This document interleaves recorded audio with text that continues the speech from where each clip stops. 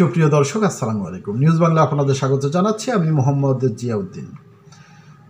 দর্শক, হিন্দুস্তান টাইমসের একটি রিপোর্ট পিক করেছেন ইত্তেফাক। শেখ হাসিনার ভিসার মেয়াদ বাড়িয়েছে ভারত। 5ই আগস্ট গণ অভ্যুত্থান পরবর্তী সময়ে সাবেক প্রধানমন্ত্রী শেখ হাসিনা যখন বাংলাদেশ থেকে পালিয়ে ভারতে চলে গেলেন, ভারতে তার থাকার কালীন সময়ে পৃথিবীর বিভিন্ন দেশে যাওয়ার জন্য তিনি চেষ্টা করেছেন, কিন্তু কোনো দেশই তাকে গ্রহণ করেনি। পরবর্তীতে তার ভারতে থাকার মেয়াদ যখন শেষ হয়ে গেল, ভারত সরকার তাকে ভারতের মিত্র দেশের কাছে তাকে দেওয়ার জন্য, বিশেষ করে মিত্র দেশে তার আশ্রয়ের জন্য ব্যবস্থা করার চেষ্টা করেছিল, কিন্তু সেখানেও ভারত সরকার ব্যর্থ হয়েছে।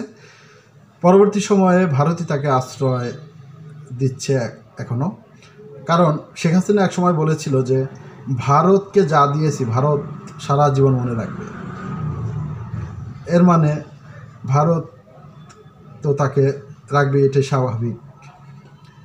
যদিও সে একজন আসামি, সেই হিসেবে ভারতের উচিত তাকে বাংলাদেশে ফেরত দেওয়া।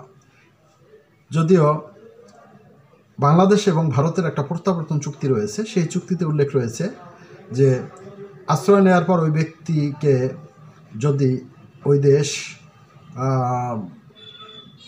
নির্যাতন, অবিচার করবে এরকম আশঙ্কা থাকে তাদের মধ্যে, সেই হিসেবে তারা তাকে ফেরত দিবে না, এরকম একটা চুক্তি রয়েছে।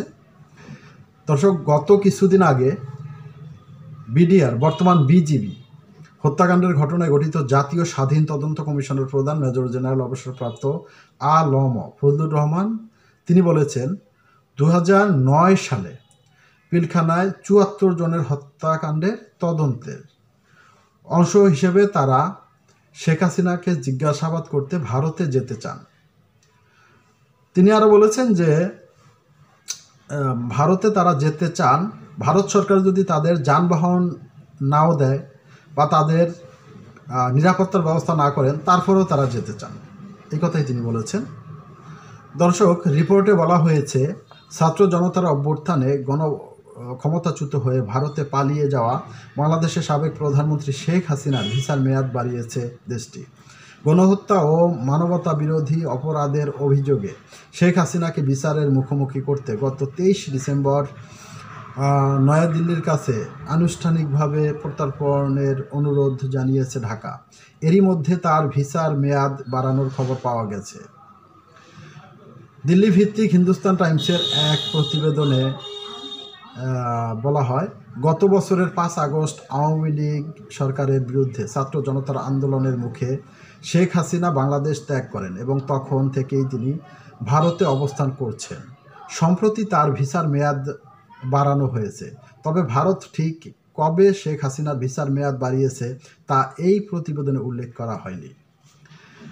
ভারতের স্বরাষ্ট্র মন্ত্রণালয় এবং স্থানীয় foreigners regional registration office FRR এর শেখ হাসিনার ভিসার মেয়াদ বাড়ানোর এই প্রক্রিয়ায় যুক্ত ছিল, তবে তাকে রাজনৈতিক আশ্রয় দেওয়া নিয়ে যে গুঞ্জন রয়েছে সেই কথাও অস্বীকার করা হয়েছে।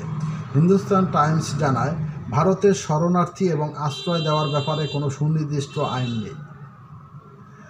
এদিকে বাংলাদেশের আন্তর্জাতিক অপরাধ ট্রাইব্যুনাল শেখ হাসিনার বিরুদ্ধে গুম এবং অন্যান্য অপরাধের অভিযোগে 6 জানুয়ারি দ্বিতীয় গ্রেপ্তারি পরোয়ানা জারি করেছে। শেখ হাসিনা ও তার সহযোগী 12 জনকে আগামী 12 ফেব্রুয়ারির মধ্যে হাজির করতে বলেছেন ট্রাইব্যুনাল। বিডিআর, বর্তমান বিজিবি হত্যাকাণ্ডের ঘটনায় গঠিত জাতীয় স্বাধীন তদন্ত কমিশনের প্রধান মেজর জেনারেল অবসরপ্রাপ্ত আ.ল.ম. ফজলুর রহমান বলেছেন, 2009 সালে পিলখানায় 74 জনের হত্যাযজ্ঞের তদন্তের অংশ হিসেবে তারা শেখ হাসিনাকে জিজ্ঞাসাবাদ করতে ভারতে যেতে চান। হিন্দুস্তান টাইমস আরও জানিয়েছে, বাংলাদেশের অন্তর্বর্তী সরকারের এমন উদ্যোগকে শেখ হাসিনার প্রত্যর্পণে নয়াদিল্লির ওপর চাপ বৃদ্ধির প্রয়াস হিসেবে দেখা হচ্ছে। দর্শক, শেখ হাসিনা বর্তমানে একজন আসামি, তো তার বিষয়ে তদন্ত করবে, এটা নয়াদিল্লি চাপ হিসেবে দেখছে। এটা অত্যন্তই দুঃখজনক এবং হাস্যকর। দর্শক, ভালো থাকবেন। আল্লাহ হাফেজ।